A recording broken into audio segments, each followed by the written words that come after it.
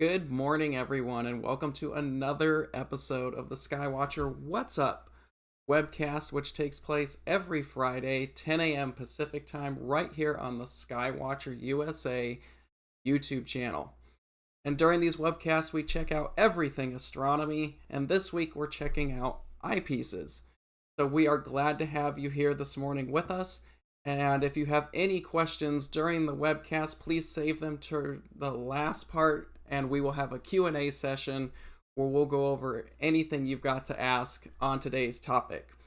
And if we miss anything or you have any general questions about Skywatcher products, you can always email them to support@skywatcherusa.com, and we will be happy to answer those questions for you. So last week we covered telescope basics, and this week we're kind of extending that with eyepieces. And we are hoping some of this will be good for advanced users as well as beginners picking their own sets of eyepieces, and at least how we've gone about it for picking our own eyepieces. So we're glad to have you here, and let's get started. So all of us are very, very familiar with eyepieces, but of course, what are they? Eyepieces are a huge piece of observing with your telescope, and a lot of times I don't think we really think about what exactly those lenses do for us. So ultimately, an eyepiece is basically an assembly or collection of lenses that we put in the back of our telescope to observe through. Now, why? Well, the reason being is that the human eye is an optical device, and a telescope cannot focus its image into another optical element without additional optics in there to relay that image. Now, if you're shooting, astrophotography or something of that nature that's coming onto a flat surface, we can put that flat CCD sensor, CMOS sensor, film, whatever you're using, and it can project an image on there, but it can't do that with the eye. So in order to collect that image and reposition it for the human eye, we have to use a set of lenses. Those are what we now call eyepieces. And it works something like this. You obviously have the telescope objective, whether that be a lens or a mirror or, whatever optical design you might be using. And that obviously is focusing light to the focus point. And then the eyepiece grabs that and continues that to the eye, giving us the image that we finally and ultimately see through the telescope. Now, that's basically all an eyepiece does, or what it is. So for the next section, we'll check out what does an eyepiece do for us, because there's a lot of things that an eyepiece has control over when you're viewing through your telescope. And we're going to go through all the terminology and all the aspects of an eyepiece today, so hopefully at the end you'll understand all of those. If you already know it, of course, this is just a refresher, but we're here for all levels. So what does an eyepiece do? Obviously, before we said it brings the image to the focus for the human eye to actually see it. It composes that final image from the optical system that we're looking through, be that binoculars, telescopes, spotting scope, anything, camera lens, it's all the same thing. You need a set of optics to finally relay the image for the eye to register it. Now, eyepieces, one of the big things is that it determines the magnification of a telescope. How much you're able to zoom in on an object is finally determined by the eyepiece that's being used. Now, this can also determine the field of view of the telescope, whether you're narrow or wide, and this can, the eyepiece has jurisdiction over both of these elements. If you have any questions, or if I'm going too fast, let me know. Questions I'll save till the end. Be happy to go over all of that. So, now that we have what an eyepiece does and what it controls, we can get into more of the nitty-gritty from there as well. So there's a lot of specifications when you start looking at eyepieces for your telescope. There's some things that you kind of want to keep an eye on. No pun intended. And these are going to allow you to kind of dictate which lenses are going to be best for you, your observing styles, and your equipment. Not every lens is going to fit everybody's particular personal interests. And that's kind of the cool thing about eyepieces is there's so many variables. You know, someone might like something like this, or someone might want something a little more like this, or maybe you like observing planets or deep sky objects. There's something for everyone's taste in eyepieces, and the eyepiece manufacturers today keep making better and better optics to really just expand that forefront for us to enjoy. So let's take a look at the major specifications that you'd want to look for in an eyepiece. And once you kind of know the fundamentals, it can kind of help you build your eyepiece set. Or if you're a beginner, because I get a lot of questions from beginners on, I got my telescope, what else should I get? Or I have a couple eyepieces, what else should I look into? And that's kind of where this whole presentation springboards from. So let's take a look at some of the specifications that you might want to check out on an eyepiece. So there's a handful of them, and I'm going to try to break this down into sections, and we'll go over them slowly. The first one is, of course, focal length.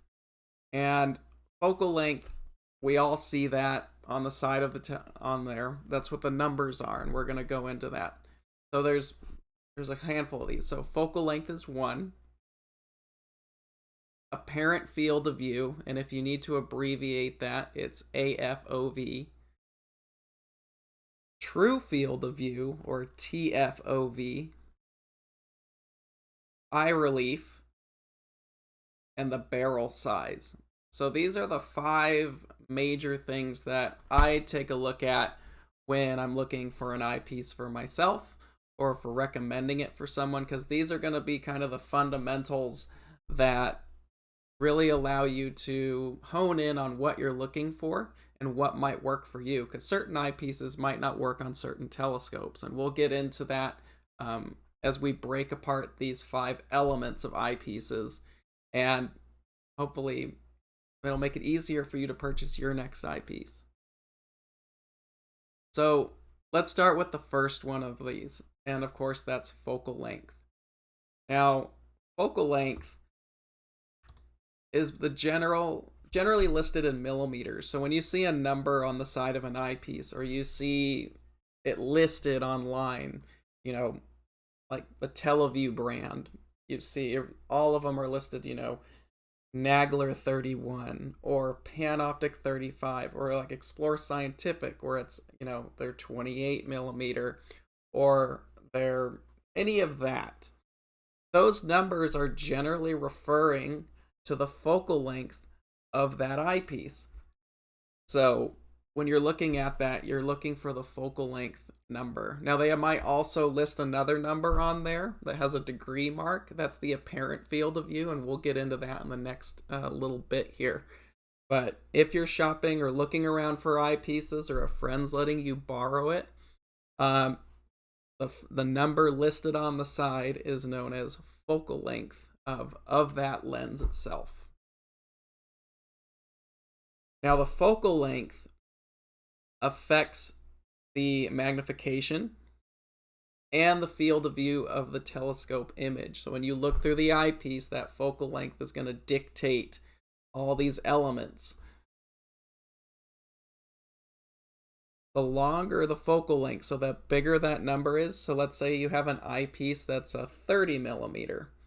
That is a longer focal length eyepiece, whereas opposed to a shorter focal length eyepiece, like, you know, so a high power eyepiece I would probably put in between 2 millimeters and anything under 10. I like to say those are high power lenses. Those can create lots of magnification. They're made for zooming in on little objects and making things bigger. Once you get from 10 millimeter to let's say 20 millimeter, that's kind of your middle range focal lengths, depending on the telescope. This all dictates off of the focal length of the telescope, and we'll get that in a minute. I'll show you how to calculate all these things, including magnification. So high power lenses, I'll say somewhere between 2 millimeter. You generally don't see eyepieces below 2 millimeter. That's a lot of magnification. To about 10 millimeter, that's our high power. 10 millimeter to, let's say, 20 is our mid range. And we'll say 20 to 50 or 55, 56 millimeter. It's about the lowest. There are lower ones depending on what you're looking for. Would be our lower power. So 3 brackets: high, middle, low, as far as magnification goes. The smaller the number, shorter the focal length, the more magnification. The bigger the number, the lower magnification. So how do we calculate magnification on our telescope? Well, we need a couple things first, and we need to take a look at our telescope that we're using. So the first thing you're going to want to find is the focal length of the telescope. It doesn't matter what design, if it's a Cassegrain or a reflector, refractor, whatever. Somewhere on the telescope or wherever you bought it from, and the manufacturer should have it listed somewhere what the focal length of the telescope we're using is. The next thing you're going to want to know is, of course, the eyepiece focal length. And, of course, I said that's listed on the side of the eyepiece generally. So if you see it's a 30 millimeter or a 10 millimeter, that's the focal length. So we're going to take the focal length of the telescope, divide that by the focal length of the eyepiece, and when that's done, that gives us the magnification. So pretty simple. So let's just do an experiment here. Now, most of today I'm going to be using our popular telescope, the EvoStar 120. It's our 120 millimeter aperture, 900 millimeter focal length refractor. This one's really popular. A lot of people use it. So we're going to use this one as kind of our example telescope for the day. So for this one, our telescope focal length is 900 millimeters. And we have a collection of eyepieces that we want to use. We pick 3 eyepieces because we want to have that middle or low, medium, high power range. And we'll get into picking an eyepiece set here in a second. So the focal lengths of lenses we're going to use on our telescope are a 35 millimeter, 17 millimeter, and 8 millimeter. I just picked these. You can use whatever you want. These are kind of 3 of my favorite focal lengths, so I just kind of threw them in here for the sake of the presentation. But like I said, you can do any eyepiece you want, and of course your telescope is going to be very different from my telescope. So let's run these through our little equation here, and this is what we get. So we take the focal length of the telescope, which is 900 millimeters, divide that by the focal length of the eyepiece, and that gives us our magnification. Now, for my techies that are watching, I do understand that I've rounded these numbers. That's okay. You get a bunch of decimal points for some of this stuff. So about 26 power for the 35, nice and low. 53 for our 17, kind of middle of the road, and our high power is 113 power. And like I said, this was gonna change by changing the variables here. Your focal length of your telescope and the focal length of the eyepiece is gonna change. Now, if you have a longer focal length telescope, let's say you're using a C8, Celestron C8, really popular telescope. That has a 2000 millimeter focal length. So a 35 millimeter eyepiece on that telescope is going to produce more magnification because you have a longer focal length. So the longer the telescope focal length, the more magnification that lens is going to produce on that optical system. Shorter it is, less magnification. That's why you see a lot of these really high power lenses. If you've got like a short little refractor, let's say you're using one of our little 80 millimeter or 72 millimeter refractor, and you want to get, like 100 power to observe the planets, you're going to need a really high power eyepiece to do it, because you need to make up for that short focal length on the telescope. So the high power eyepieces can help. That's why you see lenses that are like 2.3 millimeter or 5 millimeter. Generally, those can be used on shorter focal length optics. If you have a larger telescope with a long focal length and you really want to dial up the power, let's say the seeing conditions that night are amazing and you really want to get some good views of the planets, take that high power eyepiece and chuck it on that telescope. On my 16-inch telescope, I've had it up to 1500 power. That was one time when the seeing was phenomenal. But don't be afraid to push that magnification, even on bigger telescopes. The worst that's going to happen is the image doesn't look good, so you back it down to where it does look good. But it's all personal preference on this. So something that you like might not work for someone else. So we pick and choose what works for us. Now, this is kind of now that we've done this, we've calculated our magnification for our 35, 17, and 8 millimeter eyepieces. That's going to give us our overall field. So here's what the moon would look like in that telescope. So the 35 is going to give us this huge chunk of sky. We can easily squeeze the moon in there. The 17 is going to give us our middle power. We're going to be able to magnify it a little bit more, start getting more details on the craters and all that fun stuff. And then when you get up to that 8 millimeter, you're really starting to get in there. And we could even go further than that. It just depends on what we're working with that night. But this is kind of a good set of optics that I like to work with personally. But you can see how that magnification really makes a difference on how you want to see things. And depending on what object, lower power can be more helpful than high power. Sometimes you don't need to blow that view up really big to get a good view. And we'll talk about this more, but because an object is so far away, let's say it's a galaxy, that doesn't mean you need a lot of magnification. And we'll get there in a second, talking about how to pick eyepieces for certain applications as well. Now, moving down the 5 tiers, so we already did focal length. We're just finishing with the focal length. Now we're moving into the next element of an eyepiece, and that is called apparent field of view. And we're going to discuss that here.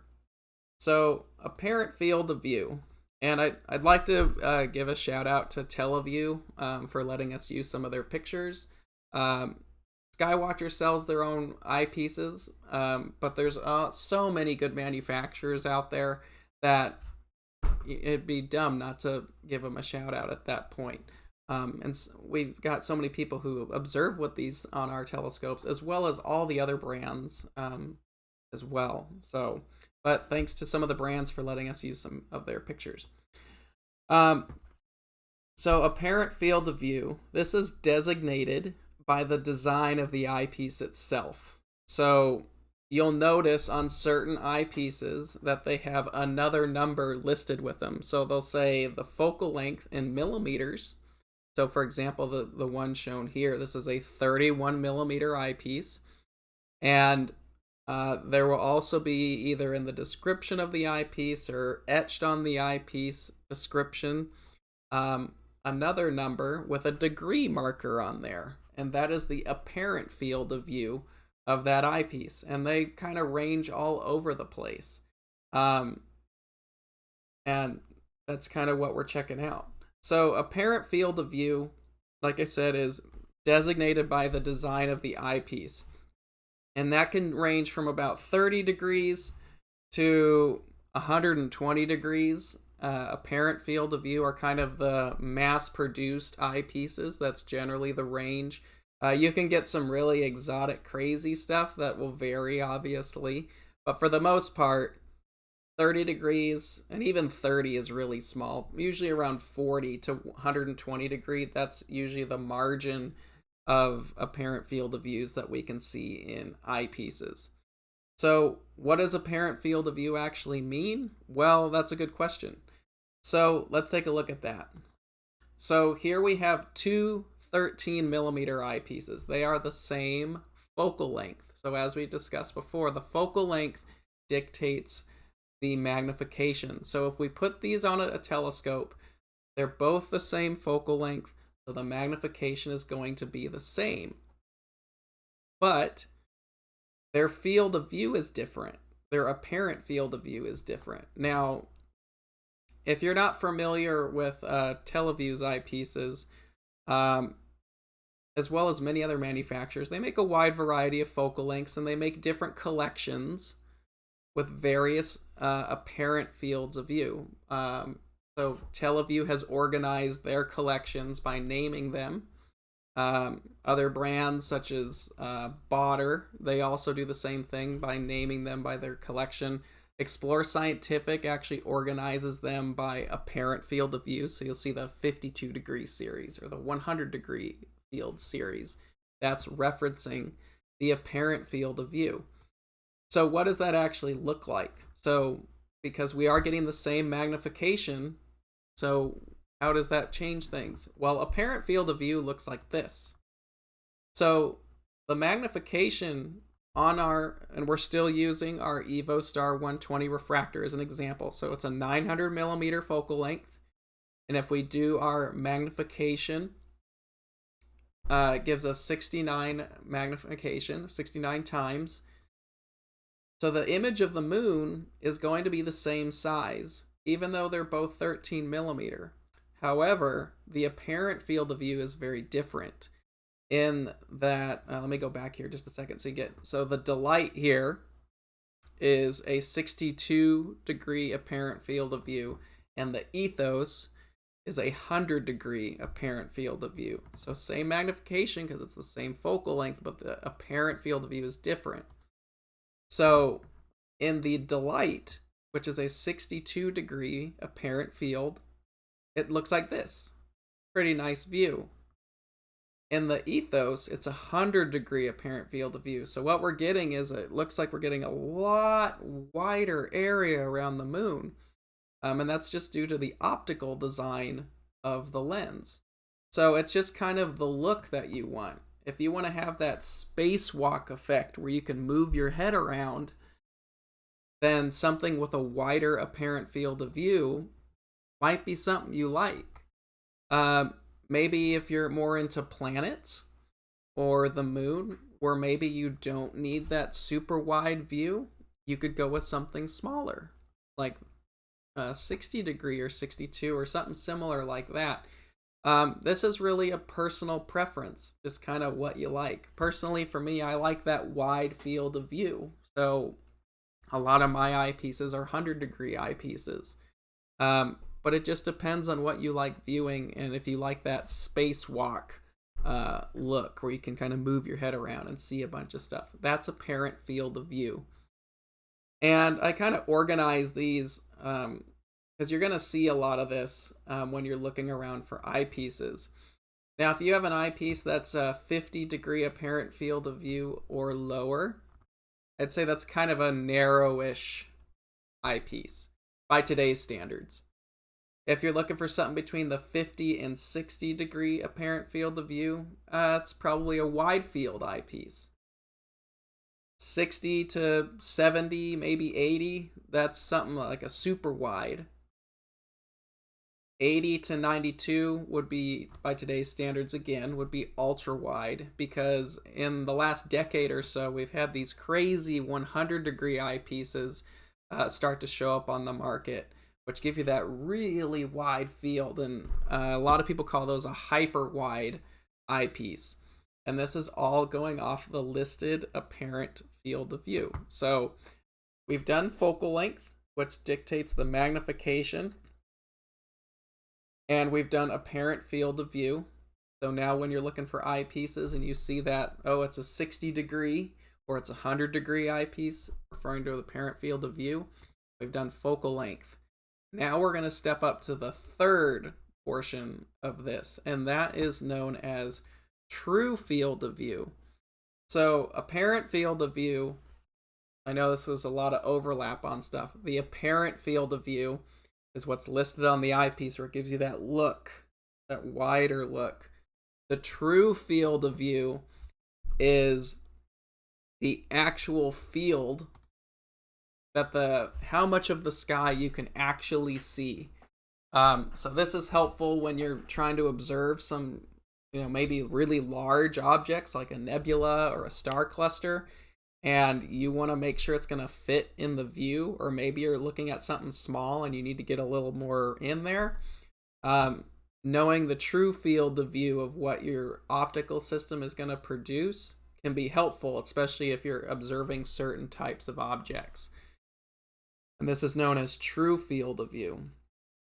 Now, true field of view needs a couple of the puzzle pieces that we've talked about already. The first one, we need to know how to calculate the magnification. So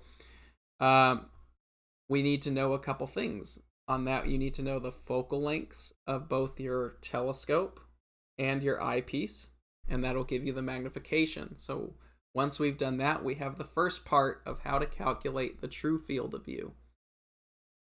The second part is we need to locate the apparent field of view of that eyepiece. Now, we would divide all this, and it's going to give us the true field of view. So let's kind of break this down so it's a little easier to see, and we're not just talking terminology all the time, because it gets a little tongue-tied. So again, our telescope is 900 millimeter focal length.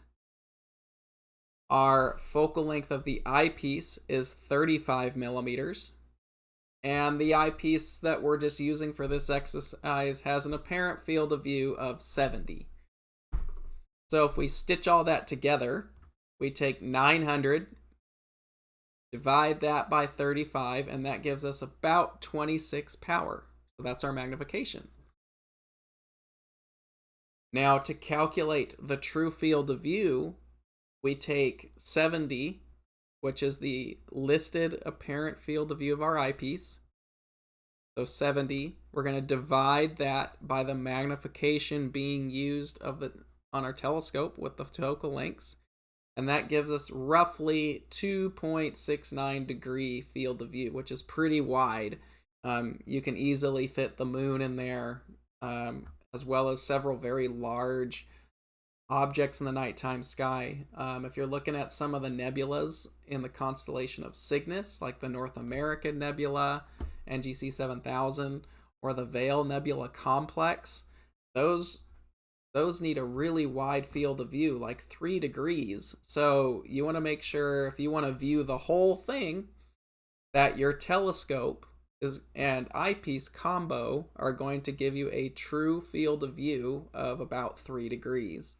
So knowing how to do this can be really helpful. Now, of course, we have apps now that we can plug in all of our fun stuff. So like Stellarium or Sky Safari, you can plug in all of your telescope equipment in there, and it'll have field of view markers for you. So you can easily frame that up. It does all of this behind the scenes is basically what it's doing. But if you want to do this on your own, this is how you would do it. So obviously we already know how to do our magnification at this point because we know the focal lengths. And now we know how to calculate the true field of view, or how much sky our optical system can chew up. So that's some fun stuff to work with.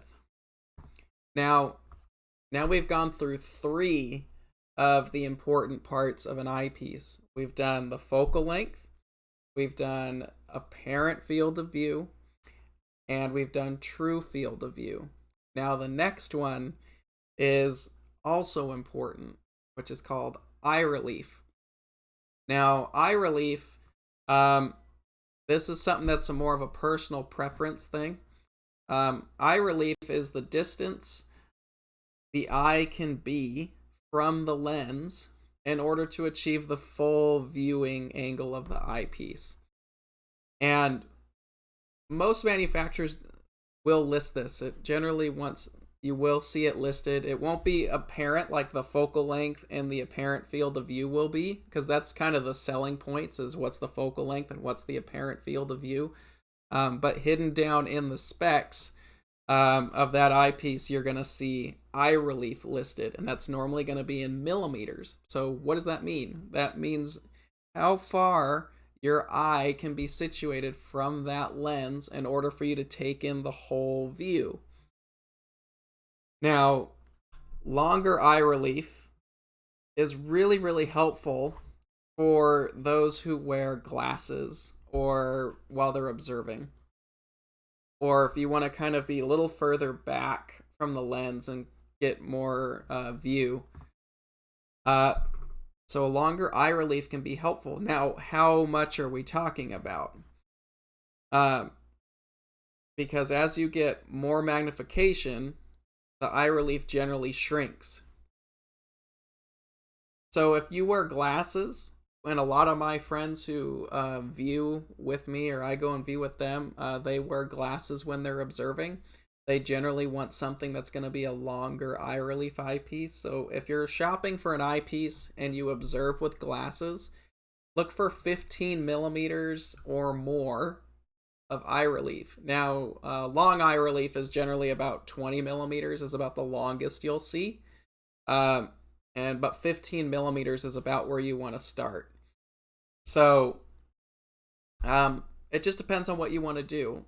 For outreach, like I do a ton of outreach, I like longer eye relief because I don't know who's gonna be viewing with me. I want to make sure people are comfortable, and a long eye relief eyepiece is really nice because it's got a big lens in the front. It's really easy to see where to look, so you can just kind of pop your eye down in there and poof, there you go.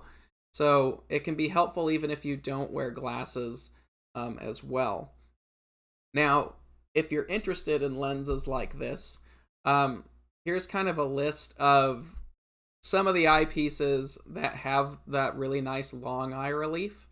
I've used a lot of these, so it's really hard to find a bad eyepiece nowadays. There's so many good ones on the market, but it's all your personal preference. But all these work really, really well if you need a long eye relief eyepiece. So go check those out. There's a ton of them that there's so many eyepieces out there. I can't list all of them. I know Botter has another set that just came out. I don't remember the name of them. But the Hyperions, they've been around for a long time and are really popular. The Celestron XL-LX series, I've had the whole set. They work really well. They go from focal lengths 25 to 2.3. So those are really awesome, and they're good for the budget if it's tight. Explore Scientific makes a good set. Pentax XWs are beautiful, but they're on the higher end. Skywatcher, we make the Planetary and LET eyepiece series. And then, of course, TeleVue, they have their Nagler Type 4s, the Delights, and the Delos. I have a couple Delos and a Delight myself, and the field of view is really, I'm sorry, not the field of view, the eye relief on those is very, very comfortable. And the nice thing about a lot of these brands is generally as you go up or to shorter focal lengths or higher magnification, the lenses get a lot smaller and they can be harder to look through because the eye relief isn't there. A lot of these companies have high focal length eyepieces with 20 millimeters, 15 to 20 millimeter eye relief. So you can get those really high power eyepieces. So if you're viewing planets or the moon, you can still be really comfortable even though you're zoomed in a lot. So check out some of these series if you're looking for something and see what works for you.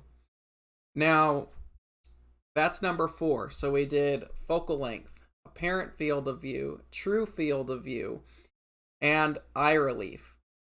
The last one is barrel size. Barrel size is actually referring to the literal eyepiece barrel that slips into the telescope.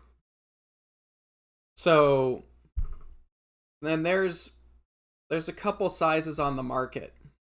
And And this is going to be dictated on what kind of focuser you have in your telescope. Now, your manufacturer will list this of whoever your telescope is purchased through. You see a lot of this of it has an 1.25" focuser, or it has a 2" focuser, or what have you. There's tons of them.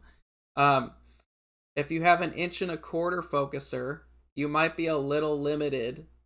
Not a little, there's a lot of great stuff to pick from, but you'll be limited to just that size, where the larger focusers can accept the larger as well as the smaller using an adapter. So some common sizes, just to throw this out. The first one is 1.25". This is the most common eyepiece barrel size anywhere from anybody. If you buy a Skywatcher telescope, you generally get an 1.25" eyepiece. That's what you get. And those are generally 1.25" eyepieces. Now, the next size up is the 2" eyepiece. And this again is the larger barrel size. And thanks for Explore Scientific for letting us use the pictures of some of their stuff as well. The 2" barrels allow for longer focal lengths to be used, or more exotic designs to be used. So if we want to get that large apparent field of view, so if you like that spacewalk effect and you want like an 82-degree apparent field of view, or bigger than that, you can only fit so much glass inside of an 1.25" barrel before you get to the limits of what it can physically handle. And that's where going to a 2" eyepiece allows wider ranges of designs to be used. So 2" can open up the door a bit. Now, there used to be the 0.965 eyepiece. This was the really common eyepiece several decades ago at this point. And then 1.25" came along. Now, I'm not really sure why the change was done, but 0.965, they're found on older telescopes. I'm sure someone is still making them. I'm not aware of anybody off the top of my head immediately. But there are some manufacturers that could still make 0.965s. But generally nowadays, you can still use these eyepieces, but you're probably going to need an adapter.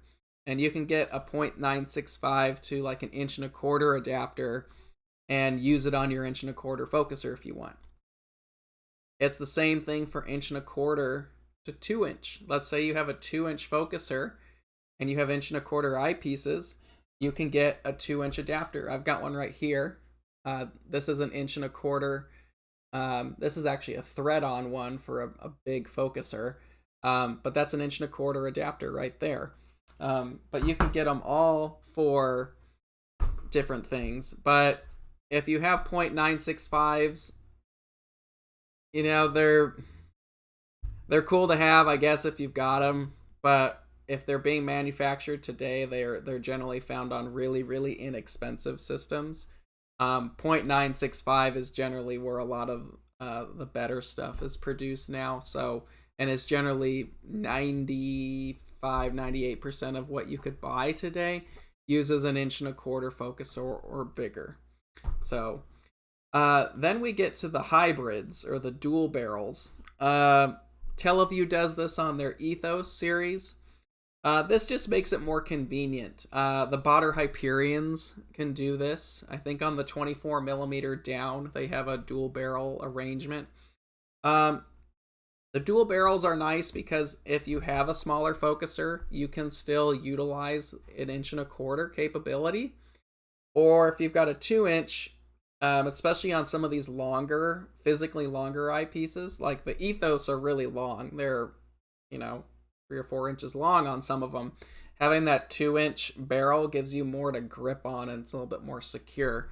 There's probably more reasons. I don't manufacture dual barrel eyepieces, so I just don't know. But the dual barrels can be helpful. So even if you want to experience some of these crazy designs that give you that real wide field of view, you can still squeeze it onto an 1.25". But just check out your telescope that you're using. if you have 1.25" focusers, you can get 1.25" to 2" jumping up adapters. It's not worth getting because you're actually cutting off the eyepiece, and it's gonna vignette and get shadows on the edge, so it's not worth doing. So if you have an 1.25" focuser, you have to stick with 1.25", and there's a lot of really good quality eyepieces that are 1.25". So just because you only have 1.25", don't think you're stuck with cheap things, because there's a lot of very, very high-end lenses that are 1.25". If you have a 2" focuser, which is becoming more common nowadays on a lot, even intro telescopes, there's a lot of them that have 2" focusers. You can use all the 2" eyepieces, and with an adapter, which is generally included with most telescopes, you can step down to 1.25" as well. So you have all the 2" realm and all the 1.25" to utilize as well. So just check out what you've got, and that'll help you know what physically you can use in your telescope. So those are the 5 major things. We did focal length, we did apparent field of view, true field of view, eye relief, and barrel size. So those are kind of the 5 fundamentals of that. Now let's talk about eyepiece designs. Now, let me just state ahead of time, there are hundreds of eyepiece designs, so I can't even cover all of them in this, and nor am I even the authority to do so on that. But let me go over some basic designs of like general eyepieces you would get with your telescope, and we'll go from there on that. So a really common one that you see, if you buy a telescope, like I said earlier, you generally get at least 1 eyepiece, sometimes 2, and generally like a 20, 25 millimeter and a 10. Those are the focal lengths you generally get, and these are generally basic eyepieces. And not that they're bad, they just don't have that crazy apparent field of view that some of the bigger, more exotic designs have. So one of the most common ones that you get with a telescope is a Kellner. A Kellner is a 3-element design. It has a doublet on the top where your eye would look through. There's a doublet lens followed by a singlet lens at the bottom. These are generally good for low power, and they're generally more well corrected if your telescope has a longer focal length. For the Skywatcher line, like if you get any of our classic Dobbs, like our classic 150, 200, 250s, you get what's called a super eyepiece. This is a reverse Kellner design. So the singlet is on top and the doublet is towards the bottom. It kind of improves the correction a bit with that design. The apparent field of view on these is nothing fancy. It's 40 degrees, so it's fairly comfortable, and the eye relief isn't too bad. But these are just basic to get. When you get your telescope, you can get out and you can start using it. Now, the next design is an orthoscopic, and there's a couple different designs of orthoscopic. This is known as an Abbey ortho. It's a 4-element design, has a singlet on the top and a triplet set of lenses towards the bottom. You don't see orthos too much nowadays, and the ones you do see are very, very good. If you're into planets or really high power viewing, an ortho, if you look at a lot of the very hardcore planetary observers, an ortho is an amazing eyepiece to use. There's very little glass in there, so there's not a lot of light scatter that can occur. Some of these higher end orthoscopic eyepieces spend a lot of time being polished, so that's very, very sharp on axis, and it gets you every ounce of light throughput for your view. Downsides of an ortho is the apparent field of view is very, very tight, as well as the eye relief is very, very short. So it's not super friendly if you wear glasses. And these are generally fairly high power lenses. So, but if you're really into the moon or planets and you want to pull every bit of detail out. If you can find yourself a high-end orthoscopic eyepiece, they can be very, very nice. These are for the discriminating observer who's looking for everything to get out of their telescope. These are generally 1.25 inches. There's not a lot of glass with them, and but they can be fairly expensive for what they are. So something to check out. Now, the most common eyepiece that we generally see is the Plössl. If you buy, let's say you have one of our flex tube Dobbs, the collapsible ones, we provide Plössls, 25 and 10 millimeter Plössls. The Plössl design is a I got the elements mixed up on this one, so I'm sorry about that.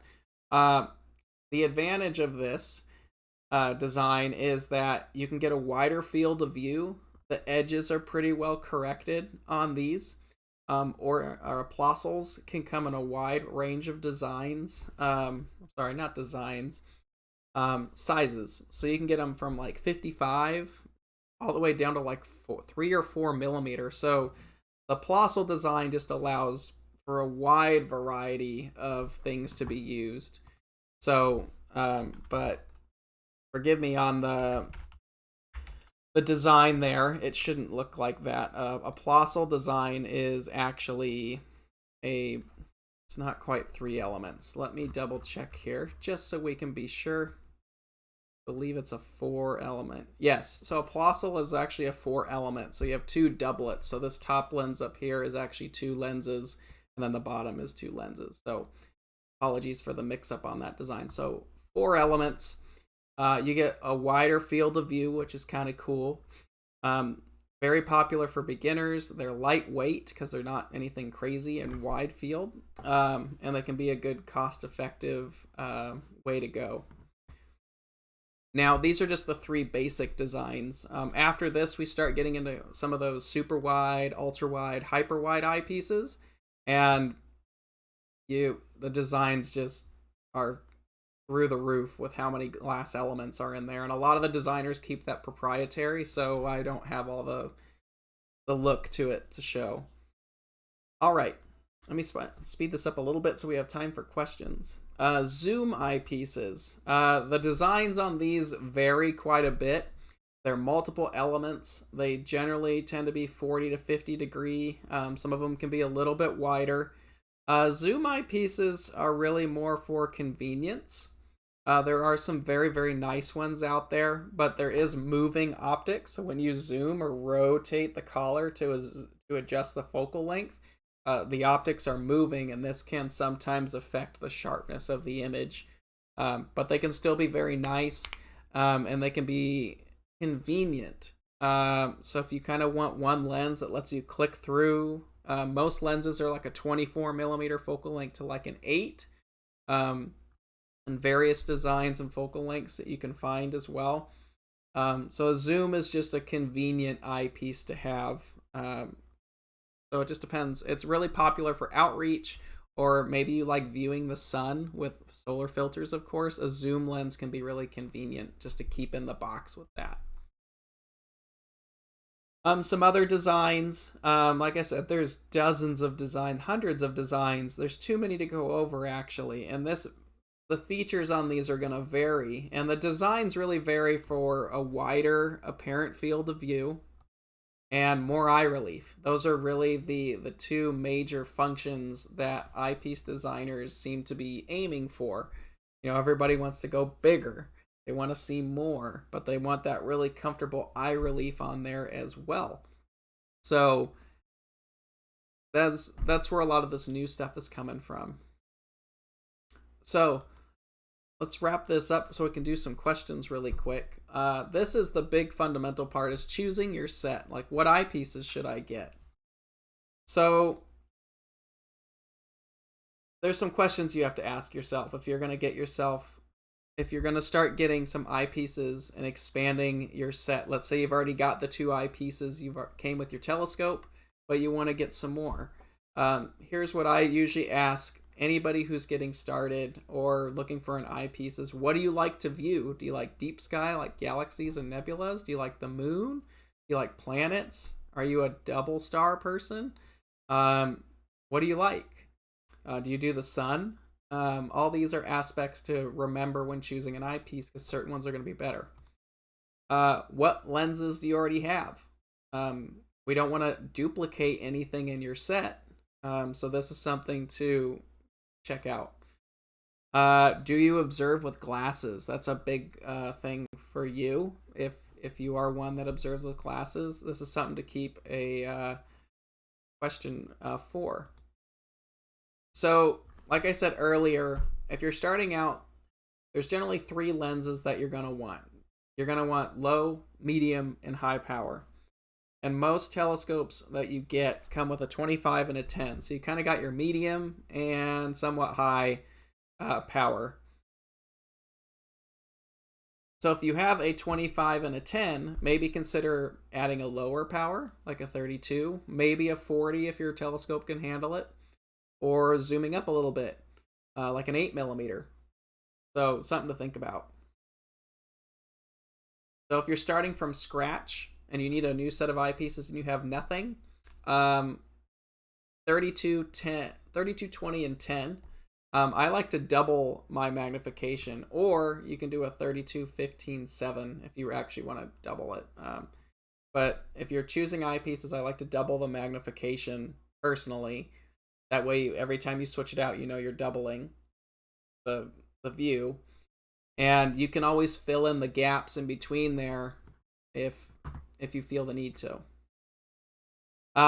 If you are a beginner and you don't know anything about focal length or eyepieces, but you want to try them out, you can get yourself one of these eyepiece kits. There's various manufacturers make them, and they usually come with a lot of other accessories like filters, flashlights, and diagonals, and all kinds of stuff.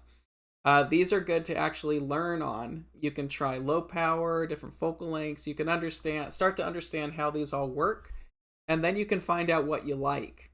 And then from there, you can upgrade the focal lengths that you like to something higher end. So that's what I normally recommend for beginners. Get yourself an eyepiece kit, learn how focal lengths work, find which ones you really like. So if you're like, oh, I really like the 10mm, 17, the 32, and an 8, maybe consider upgrading just those focal lengths in the future to something different. So I'll go through these couple slides real quick, and then we'll do some questions here. So deep sky eyepieces. If you're looking to do deep sky, consider eyepieces with a wider apparent field of view to give you that spacewalk effect. Low power lenses, like something between 20 and 30, can be really helpful to get that contrast, or even 17. The mid-teens is really helpful for some deep sky, and longer eye relief can be helpful as well, depending on what you're looking for. So anything will work with deep sky, but yeah, generally the mid-teens to lower power is a good way to go. If you're doing lunar and planetary, higher power lenses might be something to check out. For planets, I'd recommend aiming for at least 100 power to make sure you get the image blown up big enough to be exciting. Longer eye relief can make that more comfortable as well. So look for a higher power lens set that's maybe got some longer eye relief. And for the discriminating observer, those simpler designs like a really, really high quality Plossl or an Ortho might be helpful to pull that last 5% out if you're really looking for all of it. But keep in mind, it does come as an expense with very little apparent field of view or eye relief.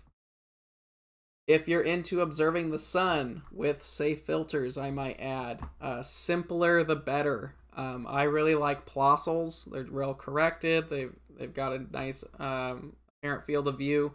But if you're using like a hydrogen alpha filter, let's say like a Lunt or a Daystar or Coronado, those hydrogen alpha, you want simple. You want to avoid the wide field stuff because it can scatter the light more. So a really nice basic eyepiece is something to utilize. So ultimately, spend time with your telescope. Get to know it, what you like to do with it. Understand the advantages and disadvantages of it. And once you've got this, you can help build your set to kind of cater to your observing style and what you like to do. And investing in good lenses is, if you're going to stay in this for a while, investing in a good set of glass is helpful, because as telescopes come and go, those lenses are going to stay. If you buy a nice set of lenses, you can probably use it on a bunch of other telescopes. So get started, understand focal lengths and all the magnifications, figure out what you like, and then maybe invest in a nice collection of eyepieces. You don't have to buy them all at once, just kind of fill them in over time. But once you have a really nice set, you can switch them out telescopes all you want. So that's pretty much it for today's presentation. I thank you all for checking it out. If you have questions, I'd be happy to answer what I can on these. So please let me know what you've got. Question number 1. Is there a variable projection eyepiece that will accept the 100-degree or wider lenses? Not that I know of. Most of those projection systems use small 1.25" connections, and the eyepiece has to fit on there. Someone might have come up with something, but to my knowledge, there is no variable projection that'll work on the 100s. You could always check with the eyepiece manufacturer, though. They might have an answer for you, so I'd give them a call. Question number 2.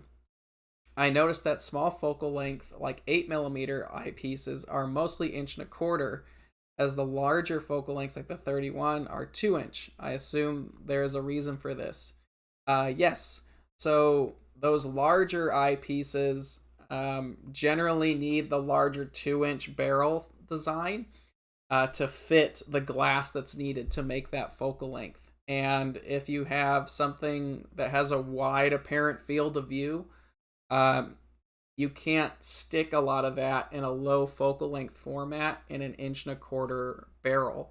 So 24mm with a 68-degree apparent field is the largest apparent field of view and the lowest power, lowest focal length you can put in an 1.25" barrel. After that, it has to go to 2" because the lenses needed to make that possible will not fit in an 1.25". High power lenses, they use small little pieces of glass, so as we get down towards the barrel of the eyepiece, those lenses get pretty small, and they'll actually fit in 1.25". So that's why you see a lot of high power lenses are 1.25", because they don't need all that extra mass and metal because the lenses are small. The lower focal lengths, the lenses get bigger, so they need more space. So that's generally why you've got those two different sizes. Next question. Do they make an interchangeable eye relief pieces for lenses? No. So eye relief is dictated off of the optical design, and is, once it's set, it's set. If you change that, you're changing the design. Now, zoom eyepieces can have variable focal or eye reliefs depending on the focal length, because they are moving the optical design. So a lot of zoom eyepieces, if you look in the specs, the eye relief can change. Where if you have like a regular eyepiece that doesn't move, or a prime, as you would know it in photography, a focal length that is situated, none of that's moving, so it's all staying in the same spot. Next question. Please discuss the LET EPs from Skywatcher. Modified Kellners, yes. Is that what you meant by single doublet swap position? Is that what the LETs are? I have to take a look at the LETs again. It's been a while since I've been in an LET eyepiece, so I don't remember the design offhand. If you really want to know, you can always email us at support@skywatcherusa.com. I'll be happy to look into that. I just don't remember at the moment the element design for that. But like I said before, if you want to give us an email, you really want to know, I can look into that for you. But I don't remember off the top of my head the LET. They're fairly simplistic, so I wouldn't be surprised if they were some kind of modified Kellner-Plossl-ish design, but I don't know off the top of my head.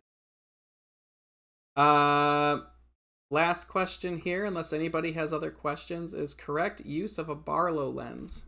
So we didn't discuss Barlows today, but for those who are new or may not know, a Barlow lens is a lens that generally slides into the telescope, and then you put your eyepiece in it, and it has a magnifying lens in there that will, to some extent, magnify the image. And that's stated on the lens. So you'll see Barlows that are like 2x or 2.5 or 3, and they go up from there. Barlows will double the focal length of the eyepiece. So if you have a 30 millimeter focal length eyepiece and you pop it in a 2x Barlow, it's now a 15. So it allows you to magnify and gives you a lot of creativity to do with a basic set of eyepieces. So if you're a beginner and you've got a 25 and a 10 and you want to get more range, you could get yourself a Barlow, and now you've got a 25, 12.5, a 10, and a 5 because you're expanding that. So Barlows can be fun. I find the images are best if you get the focal length of the actual lens that creates the magnification that you want. It gives it the sharpest image, but you'd have to have them side by side to really see the difference there. So, yeah, that's all I've got for you guys today. If you have any more questions, you can always email them to support@skywatcherusa.com. If you have questions or things that you want to see moving forward for the What's Up webcast, just write to that email, support@skywatcherusa.com. Title it What's Up in the subject line, and we will be happy to answer those questions for you moving forward. Now, that's wrapping it up for today. Thank you all for joining us. Next week, we're going to start talking about filters, and we're talking all kinds of filters over the next 2 weeks. Next week, we're doing visual filters, so what we can use for our eyepieces. And then the week after that, we have imaging filters, so we take a step back to astrophotography. And to wrap up the month, we have our buddy Richard Wright from Software Biz to talk about picking your CCD or imaging camera. And we look forward to seeing you all there. Thanks all for watching. We're going to wrap that up for the day. If you have any other questions, email us at support@skywatcherusa.com. And thank you very much for watching, and have a great and safe weekend. Clear skies.